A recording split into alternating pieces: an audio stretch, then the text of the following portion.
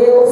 Somos casados há 26 anos, temos 3 lindas filhas, Samara, Juliana e Thaís. São bênçãos na mãos do Senhor. E antes de sermos qualquer coisa, nós somos servos do Deus Altíssimo, daquele que pode todas as coisas. Amém? Já quero agradecer a Deus pela vida do pastor Russo, irmã Ângela. Deus abençoe vocês e essa igreja amada por nos confiar tão nobre missão, que é trazer a palavra de Deus. Muito obrigada, que o Senhor possa abençoar a cada um de vocês, no ministério, os obreiros, o pastor. Deus abençoe em nome de Jesus. Queridos, realmente é noite de milagres, é noite de festa, é noite de bênção. E se não fosse o Senhor na nossa vida, como diz nas Lamentações, se não fosse as misericórdias do Senhor, nós já teríamos perdido tudo. Mas as misericórdias dele se renovam todas as manhãs. A cada manhã nós somos alcançados pelas misericórdias do Senhor. Amém, meus amados? Sem mais delongas, não vou tomar muito tempo dos irmãos. Vamos abrir a nossa Bíblia lá no tema, em Romanos capítulo 12, versículo 12. Rapidamente, bendito seja o nome do Senhor. O Senhor já tem falado conosco através dos louvores. O Senhor já falou conosco grandemente nessa noite aqui, através de cada hino que foi louvado aqui em nome de Jesus. O tema é alegres na esperança e perseverantes na oração. Tema lindo, maravilhoso, né? Romanos capítulo 12 e o versículo de número 12 diz assim: regozijai-vos na esperança, sede pacientes na tribulação, na oração e perseverantes. Amém? Mais uma vez, regozijai-vos na esperança, sede pacientes na tribulação, na oração, perseverantes. Amém, amados? Pode se assentar. Deus abençoe a nossa querida cantora, Esther. Deus abençoe você, seu marido. Prazer em conhecê-los em nome de Jesus. Queridos irmãos, é um texto bem conhecido dos irmãos, um texto que vem falando sobre a alegria do cristão. Alegres na esperança e perseverantes na oração. As epístolas de Paulo, elas têm esse poder, as cartas de Paulo, de incluir sempre uma sessão prática para instruir a cada cristão a viver uma vida perfeita com Cristo, a viver uma vida em santidade com Cristo. Paulo sempre gostou de instruir os cristãos a buscar uma vida melhor, uma vida completa em Cristo Jesus. E aqui em Romanos capítulo de número 12, quando nós lemos o primeiro versículo aqui nessa parte das virtudes recomendadas, ele vem falando primeiramente sobre o amor. Porque antes de qualquer coisa, se nós não tivermos o amor, nada adianta, nada resolve. A primeira coisa que ele nos alerta aqui é sobre o amor. Ele diz que o amor seja sem hipocrisia. Detestai o mal, apegando-vos ao bem. O amor é aquele que vai te dar o suporte para alcançarmos as outras bem-aventuranças e alcançarmos o fruto do Espírito. O amor é aquele que, quando eu vejo meu irmão em uma dificuldade, mesmo eu tendo pouca força, eu estendo a mão para auxiliá-lo. O amor é aquele que, quando eu vejo meu irmão caído, derrotado, eu não estou ali para acusá-lo e lançar a primeira pedra, mas eu estou ali para dizer para ele que Cristo é maior na vida dele e vai erguê-lo e colocá-lo de pé novamente. O amor é aquele que não deixa eu ver as imperfeições do meu irmão. Ele tem as imperfeições assim como eu tenho, mas o amor, ele me mostra as qualidades do meu irmão em Cristo, daquele irmão que vai morar comigo no céu. Essa é a qualidade do amor. Quando nós alcançamos essa maturidade do amor que Cristo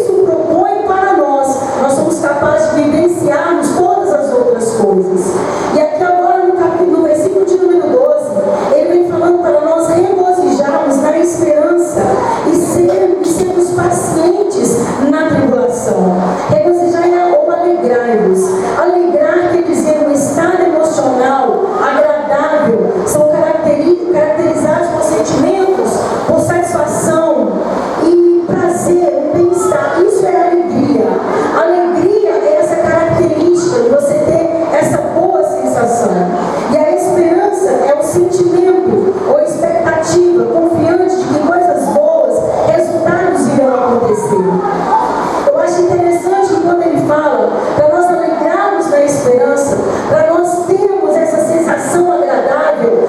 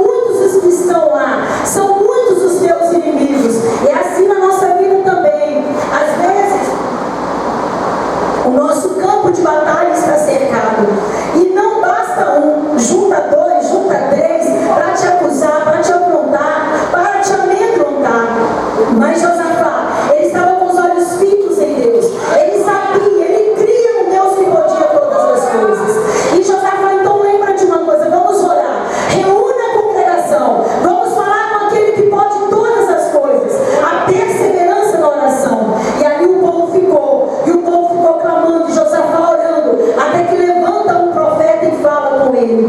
Josafá então desce para a batalha, não precisou guerrear, porque o Deus que peleja por nós já havia vencido a batalha por Josafá. Porque os olhos dele estavam postos no Senhor, a confiança estava posta em Cristo Jesus. Meus queridos irmãos, não é diferente na nossa vida. Satanás, o que ele mais tem tentado fazer nos últimos tempos é atacar a nossa mente, atacar o nosso coração, é atacar a sede das emoções. Porque quando ele batalha na nossa mente, quando ele acha uma brecha aberta, ele invade, ele entra com tudo para te tirar. Tudo que não pode, ele fala para você: olha, você não vai vencer, você não vai em frente, isso não vai acontecer na tua vida. Olha para fulano, já chegou lá, mas nessa noite ele está derrotado no poder do sangue de Jesus, porque nós somos revestidos das armaduras de Deus. Tem o capacete da salvação na tua cabeça, hein, meu irmão? Tem o capacete da salvação na tua vida aí? Ei, jovem, tem capacete de salvação na tua vida? Satanás gosta de fazer comparações. Enquanto Deus olha para você como filho único, como filha amada, como jardim fechado, como jardim secreto.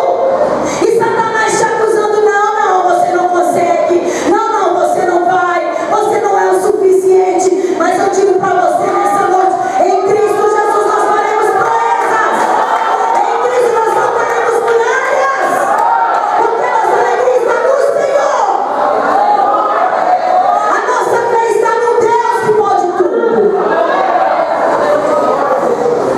Quando nós pensamos que chegou o momento de parar, quantas vezes na nossa caminhada foi louvado aqui, nós pensamos em prostrar de vez: agora acabou, o alvo agora foi acertado, agora me atingiu, agora eu vou me prostrar.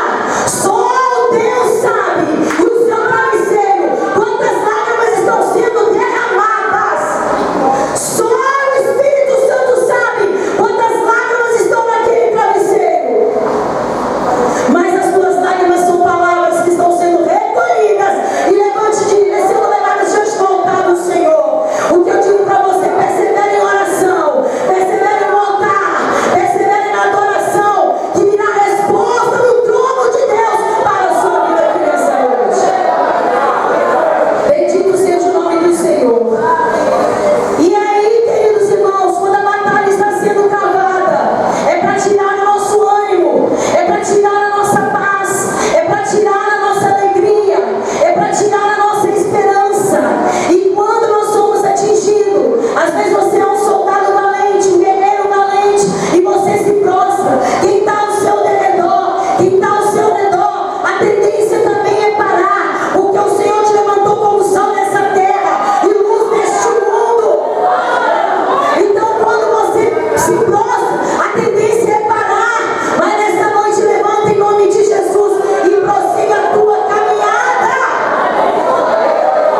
Prossiga a tua jornada em nome de Jesus. Deixa eu te dizer uma coisa: não se importa com o que estão falando de você, não.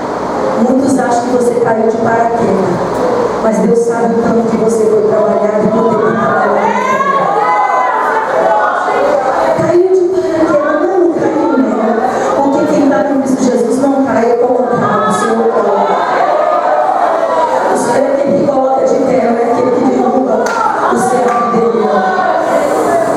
Você não caiu de paraquedas, você está criando uma estrutura, uma firmeza em Cristo Jesus. Aleluia, bendito seja o nome do Senhor. Eu quero ler com vocês Filipenses capítulo 4.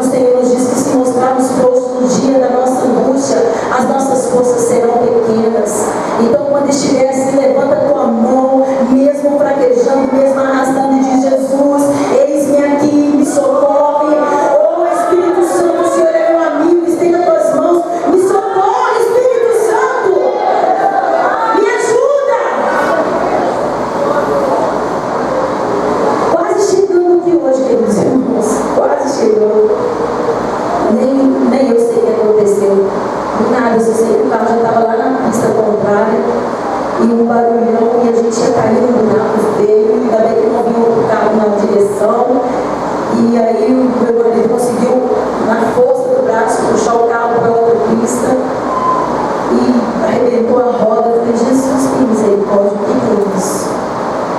Na hora você fica assustado, suas pernas tremem, você não sabe.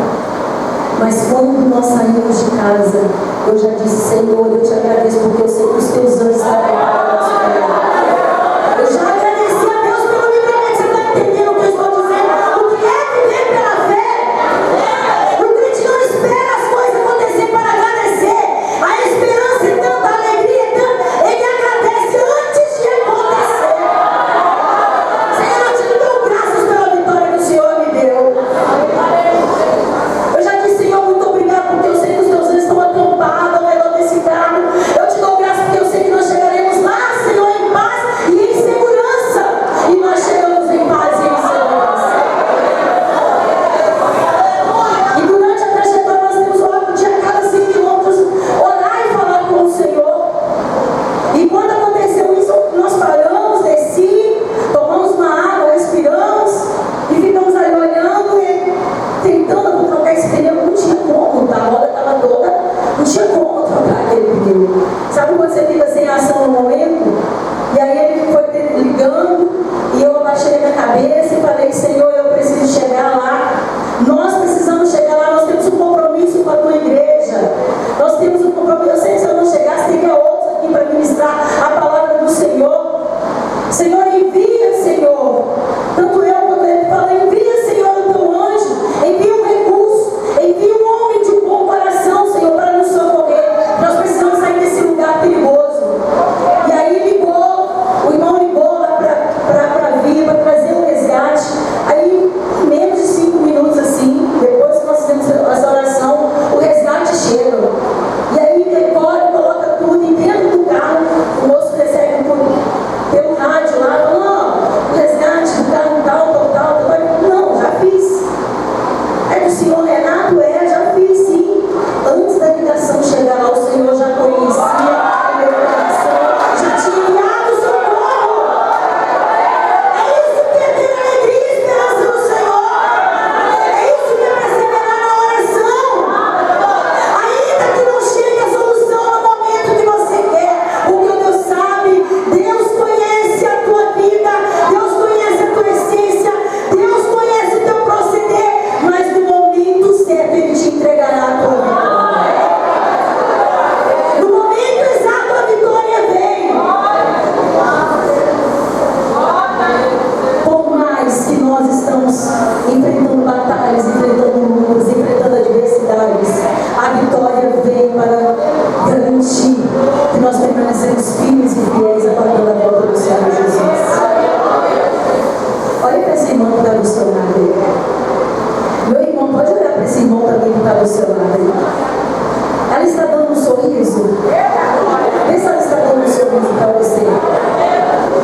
E pergunta para ela, você já passou por luta, minha irmã? Já passou por prova, meu irmão? Já passou por dificuldades? Ele te respondeu aí, meu irmão? Vê se ele te respondeu. Todos vão dizer que já.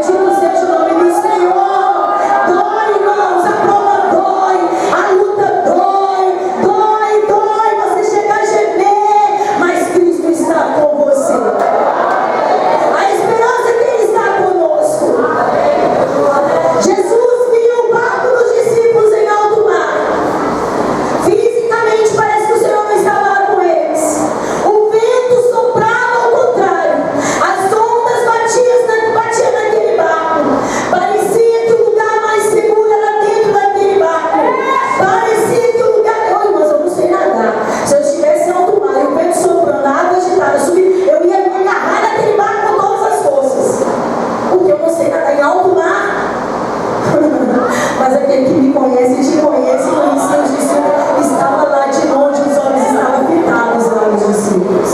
O Senhor estava de lá e vendo aquela tempestade. E de repente, Cristo vai andando sobre as águas.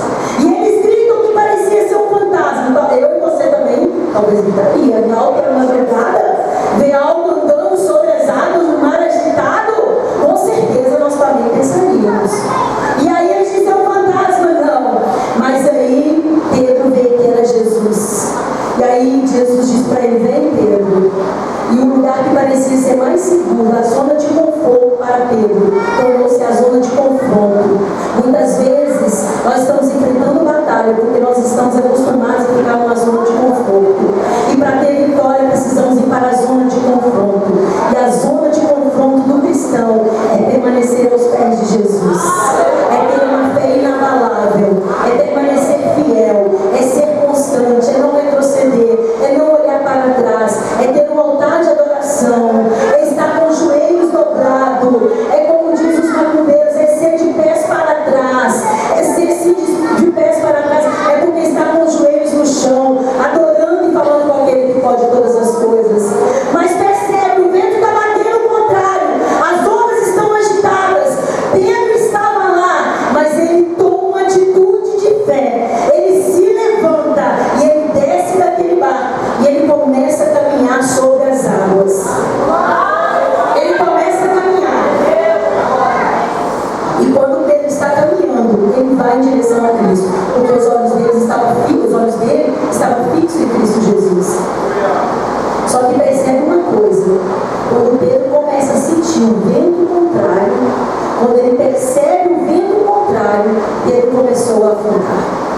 Ele começou a afundar. Meu irmão, às vezes você está trilhando o caminho da fé, indo a todo vapor, e aí vem o vento contrário, vem as notícias ao contrário, vem as turbulências ao contrário, mas nessa noite permaneça com os teus olhos fitos em Cristo Jesus. Não deixe de olhar para Cristo Jesus. Permaneça olhando para o Senhor, e assim a sua fé será inabalável. Você terá uma fé firmada em Cristo Jesus. Você nunca vai retroceder. E para você continuar assim, o amor precisa prevalecer. E eu já estou encerrando. Uma certa vez, eu tenho contado esse testemunho. O Senhor tem me levado a dizer isso. O dia mal bateu em minha porta. Eu sou filho de pastores. E nós morávamos numa cidade muito pequena. Então, estando numa cidade pequena, todo mundo fica sabendo. Todo mundo fica sabendo. Não tem como esconder. E aquilo ali, em 1995, era uma vergonha. Ser filho de pais separados, nessa época, a vergonha maior não sei se era dos pais, mas os filhos ficavam com muita vergonha.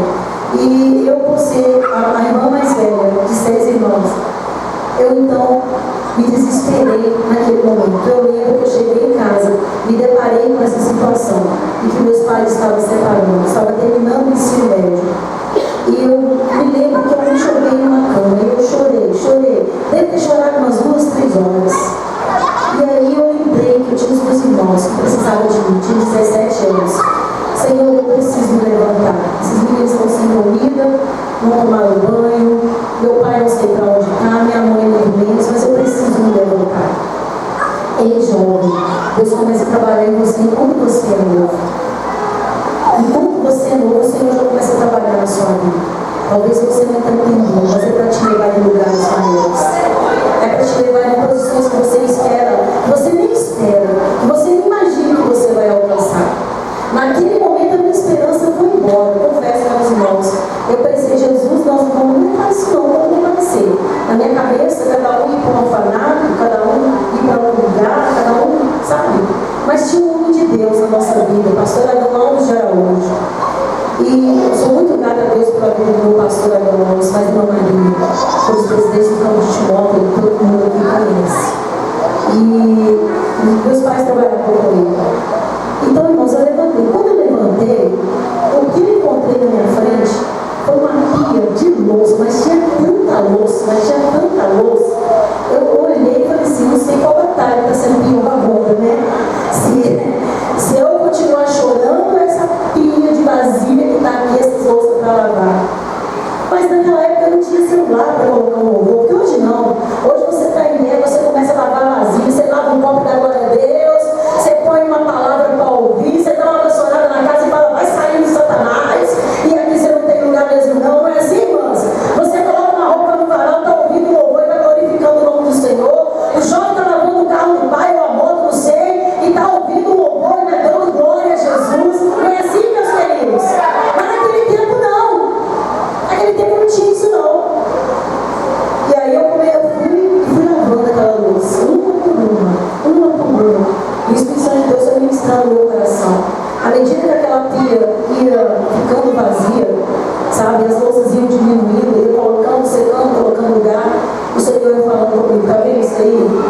parece esse monte, mas tudo vai passar, vai passar.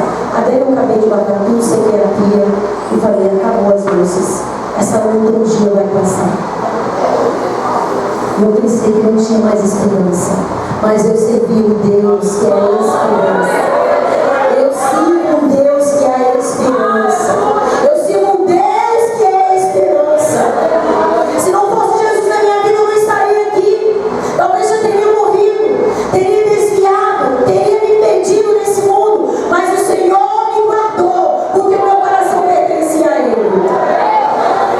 Pode estar passando a provação que for, mas se o teu coração pertence ao Senhor, Ele te guardará na hora da angústia. A minha alma vai escapar como um pássaro. Muitas são as aflições do justo, mas o Senhor de todas as livra. O Senhor é fiel para te livrar. Pensei que acabaria ali, passou, mudamos, ok, pulando a história que é longa. Meus pais continuaram separados, mas um dia nós recebemos, já casada, já recebo a trágica notícia de que a minha irmã mais nova estava desaparecida. E aí, o coração da gente vem, salta pela boca, né? E aí foi um momento de muita turbulência, de muita angústia na minha vida. E como de fato, eu havia perdido a minha irmã mais nova. Drasticamente, cruelmente. Eu falei, Senhor, é o dia mau batendo na nossa porta. É o dia ruim. Eu era nova ainda, 22 anos, tinha acabado de casar praticamente. Passamos por aquele momento de luta, de dor, de luto intenso. Os meus pais já totalmente destruídos, já estavam uma família destruída. Satanás tentou de todas as formas acabar com a nossa família, irmãos.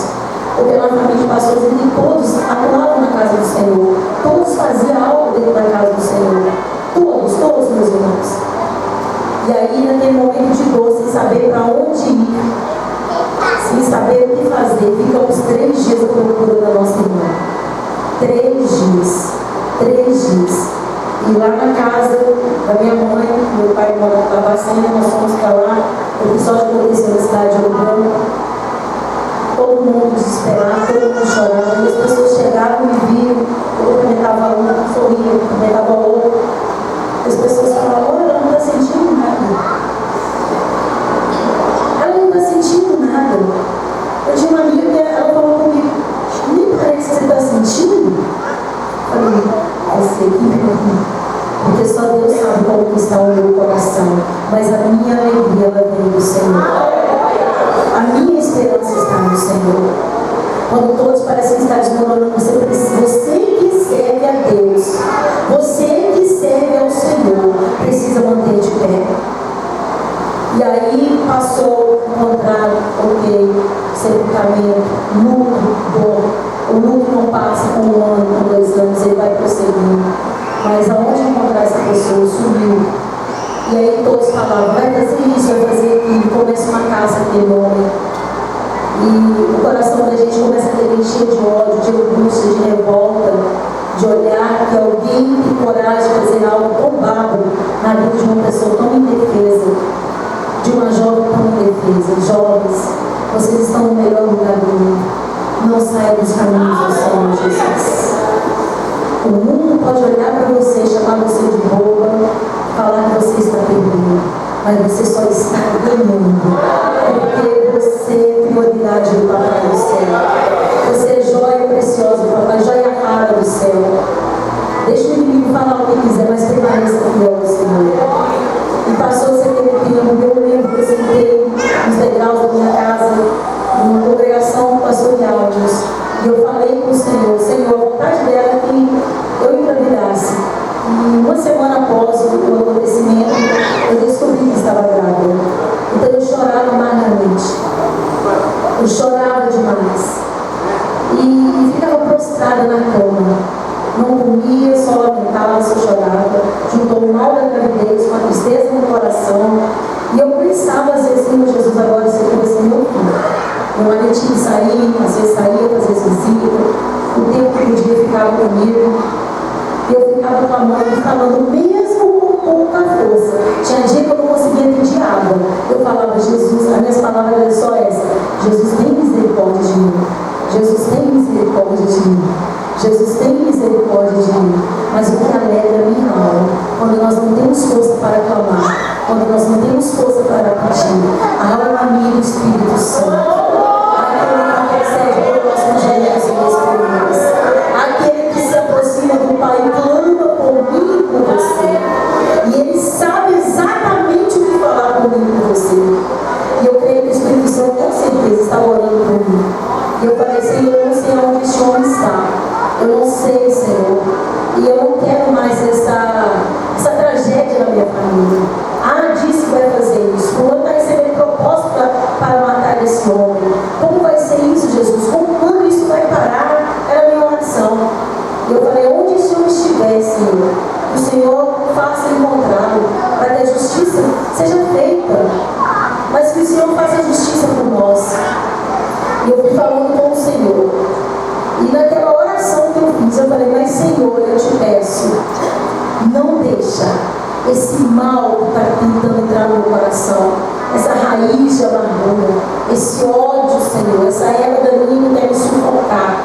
Não permita isso crescer dentro de mim. Eu quero perdoar. Me ajuda a perdoar esse homem, Jesus. Porque, irmãos, perdoar não é fácil. Não é fácil. E às vezes tem pessoas que estão na igreja 10, 15, 20 anos e continuam com o coração rancoroso sem perdão. Coisas que aconteceram no passado, não é perdão. Isso não é vantagem. Quem está perdendo é só você. Por isso que Paulo falou primeiramente aqui sobre o amor. Quando você resolve perdoar, o amor vai sobressair. E a esperança e a alegria vai voltar aí dentro do seu coração. E eu falei, Jesus, me ajuda a perdoar, Senhor. Me ajuda a perdoar. Me ensina a perdoar, Senhor. Eu quero perdoar. E aí passa-se uma semana. Recebemos a notícia que aquele homem foi encontrado. E para a honra e glória do Senhor, meu coração se aliviou. E eu perdoei aquele homem. Eu perdoei, irmãos. Perdoar quem matou o seu irmão não é fácil. Mas não é por mim. É porque a graça do Senhor Jesus é sobre a minha vida. E essa graça está aqui nesta noite para te alcançar. Essa graça está sobre a tua vida também. Mais tristeza nunca mais. Desesperança nunca mais. Tenha o gozo do Senhor. Tenha a alegria do Senhor nesta noite. Aleluia, bendito seja o nome do Senhor. Porque o Senhor vai limpando, Ele vai tirando. Ele limpa a casa para fazer morada. E o Senhor começa a colocar tudo no lugar. As emoções no lugar. Os sentimentos no lugar. O Senhor começa a colocar tudo em ordem. Se eu não tivesse perdoado, quantas coisas eu teria perdido? Quantas coisas que o Senhor preparou para mim eu teria perdido? Aonde eu estaria? Mas a graça do Senhor me alcançou e eu consegui perdoar.